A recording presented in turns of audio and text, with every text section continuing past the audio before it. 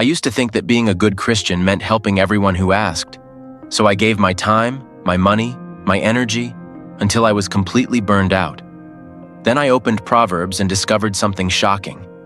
God never commanded us to help certain people. In fact, He specifically warns us against it. And when I finally stopped helping these 5 types of people, my life transformed.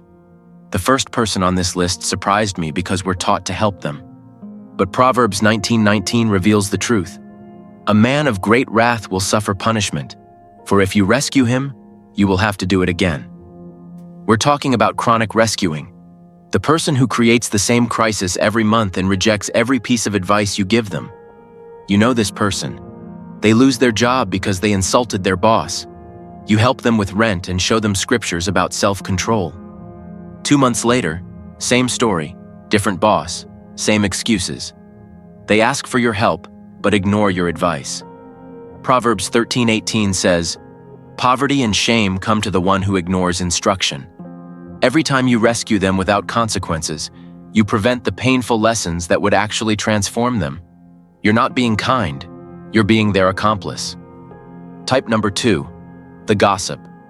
Proverbs 20:19 warns, "Whoever spreads slander reveals secrets. Therefore, do not associate with a babbler." Here's the problem with gossips. They're not just annoying, they're dangerous. This type number 3 shocks most Christians. The lazy person who refuses to work. 2 Thessalonians 3:10 is brutal. "If anyone is unwilling to work, neither shall they eat." Not cannot work, unwilling to work. There's a huge difference. The single mother working 2 jobs who needs help with groceries, help her. The able-bodied person waiting for the right opportunity while sleeping till noon and playing video games, stop supporting them.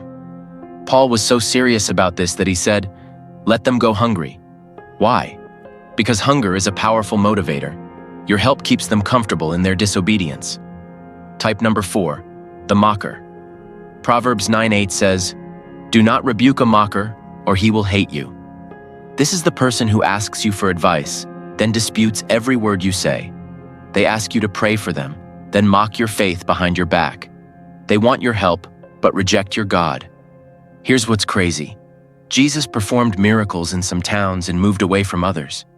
Matthew 13:58 says he didn't perform many mighty deeds there because of their unbelief. If Jesus refused to help the mockers, why do you think you're supposed to keep helping them? Cast your pearls before swine and they will trample them, then turn around and attack you. Type number 5, the perpetual complainer. Numbers 11 tells us about the Israelites who complained constantly despite God's miracles. They had manna from heaven, but it wasn't good enough. They wanted meat. God gave them meat until it came out of their nostrils, literally. And guess what? They still weren't satisfied. Philippians 2:14 commands, "Do everything without complaining or arguing." This person exhausts you. Nothing is ever right. You help them find a job, the hours don't suit them. You help with their bills, they complain about what you didn't cover. You pray with them, they complain that God isn't working fast enough. Here's the problem. Complainers don't want solutions, they want an audience. And the more you help them, the more material they have to complain about. God Himself grew tired of the complainers in the desert, and many of them never entered the promised land. Stop watering dead seeds. Here's the hard truth. Being kind is not the same as being obedient. Jesus loved everyone, but He didn't help everyone. He passed by pools full of sick people to heal one man. He fed thousands of people, but refused to turn stones into bread for Himself. Boundaries are not a lack of love, they are biblical. Listen, setting boundaries doesn't make you cold-hearted, it makes you wise. The same Bible that commands us to love our neighbor also tells us to be shrewd as serpents.